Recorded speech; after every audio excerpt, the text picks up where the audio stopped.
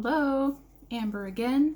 I'm here for update number 2 for Ketamine Infusion number 2 for my son.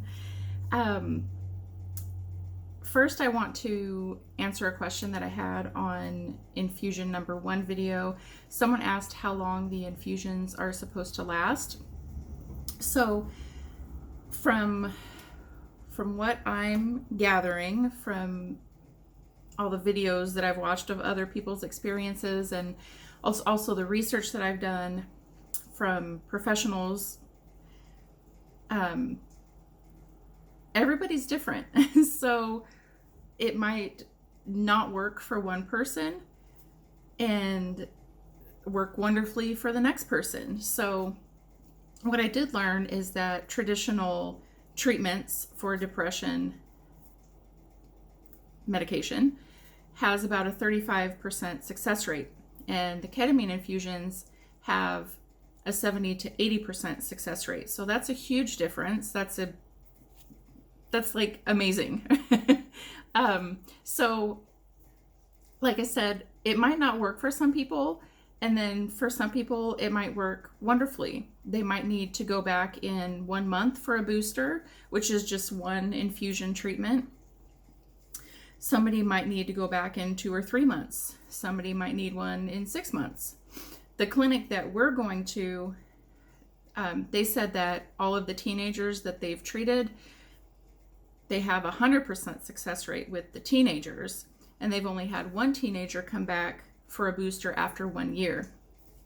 So that's wonderful. But to answer that person's question, how long do the effects last? It varies. Everybody's different. Everybody's going to react differently. So into update number 2 for infusion number 2. Yesterday, he had his infusion yesterday, and when he got up, he had been up for a couple of hours, and he said that he felt like he had more interest in doing things. So like before, he would say, I feel like working on music. He's a musician.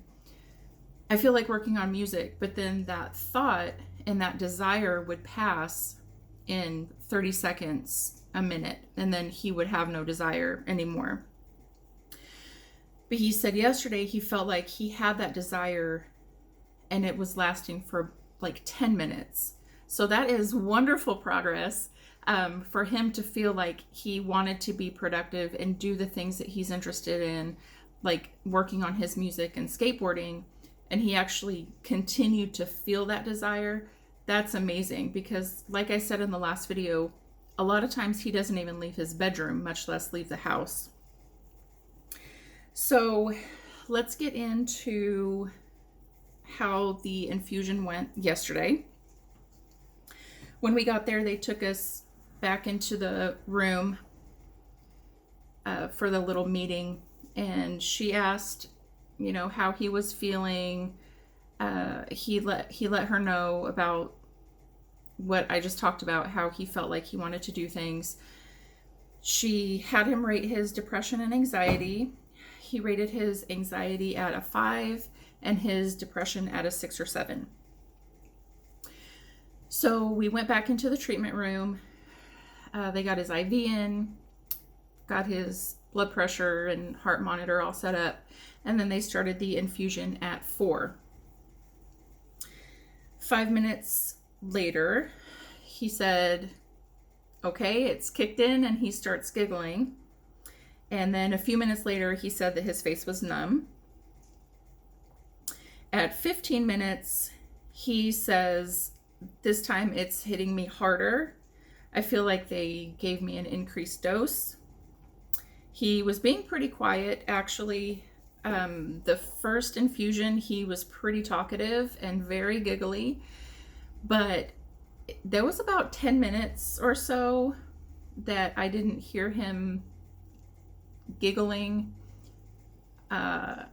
and he wasn't talking, but I was afraid to look back at him, because if he was like in the zone. I didn't want to break that zone because I want him to, you know, if he needs to be in his head, I want him to be in his head. So I didn't want my movement to break his zone, I guess. But I did need to make sure that he was okay. So I did look back, and it did break that concentration that he had going, because he was like zoned out into the TV. But when he did see me move, that did kind of break his concentration there.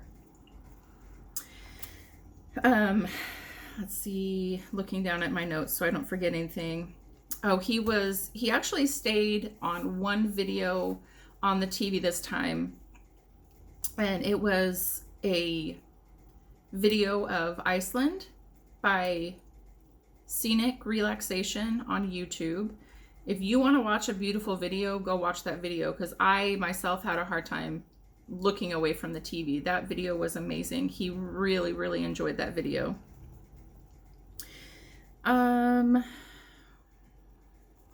Okay, at 25 minutes, he said that he wanted a drink. He brought a Gatorade with him because he wanted to be hydrated. And he said, "Can you hand me my Gatorade? I want to get a drink." And then he kind of giggled and he said, "Maybe not. I can't feel my face. I don't trust myself." At about 30 minutes, he got the giggles again and kept asking if he was talking normally.